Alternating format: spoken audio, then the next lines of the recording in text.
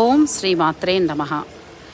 Hindu tours వారి చార్ధామ్ యాత్రలో భాగంగా ఉత్తర కాశీలో ఉన్నామండి. ఉత్తర కాశీ నుంచి ఇప్పుడు గుప్త కాశీ బయలుదేరుతాము. అయితే ఉత్తర కాశీలో ఎవరైనా టూర్స్ ద్వారా వచ్చి స్టే చేసినప్పుడు తప్పకుండా కాశీ విశ్వేశ్వరుని ఆలయాన్ని దర్శించండి. ఆ విశ్వేశ్వరుడితో పాటు అమ్మవారి ఆలయాన్ని కూడా తప్పకుండా దర్శించండి. ఇక్కడి అమ్మవారు మనకి విగ్రహ రూపంలో దర్శనం ఇవ్వరు.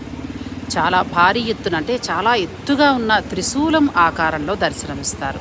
ఒళ్ళు రోమాంచితం అయిపోయిందండి. ఓం శ్రీ మాత్రే నమః అని ప్రార్థన చేసుకుని కాసేపు అక్కడి నుంచి బయలుదేరాం. అమ్మ దయ్యుంటే అన్నీ ఉన్నట్లే అంటారు. ఆ అమ్మ కరుణ ఉంటే చాలు, మన బిడ్డలందరినీ కూడా చల్లగా చూస్తుంది.